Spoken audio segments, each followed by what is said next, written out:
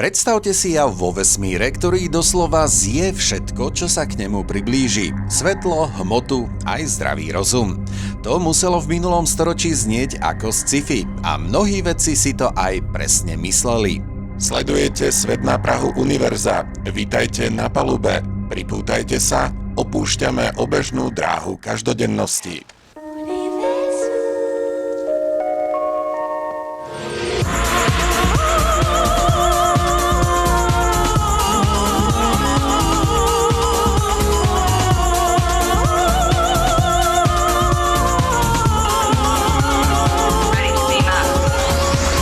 Myšlienka čiernej diery vznikla už v teóriách relativity, ale 10 ročia bola považovaná skôr za matematickú kuriozitu, nie skutočný objekt. Niečo ako fičúrka, ktorú rovnice síce umožňujú, ale realita sa tvári, že ju to vôbec nezaujíma. V polovici 20. storočia veľa fyzikov jednoducho odmietalo predstavu, že vo vesmíre môže existovať objekt s tak silnou gravitáciou, že ani svetlo neunikne. Príliš extrémne, príliš absurdné, príliš hollywoodske.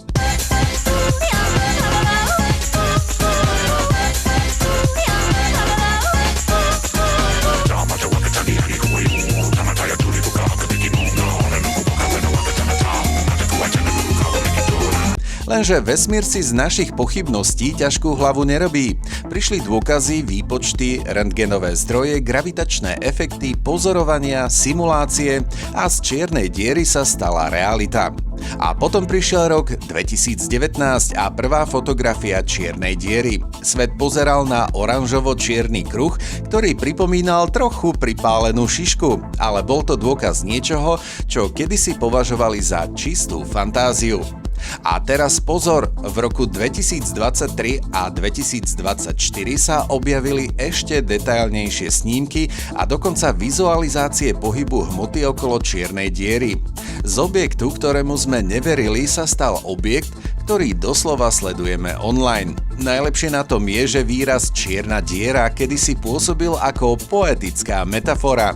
Dnes je to technický termín, ktorý rieši tisíce astronómov. A tak sa ukázalo, že niektoré veci sú pravdivé aj vtedy, keď sa spočiatku zdajú šialené. Toto bol Svet na prahu univerza a pozor, cez horizont udalostí sa ešte vrátime. Teda matematicky áno, prakticky radšej zostaneme vonku. Ďakujem, že ste leteli s nami. A ak sa vám to páčilo, nezabudnite na like a komentár.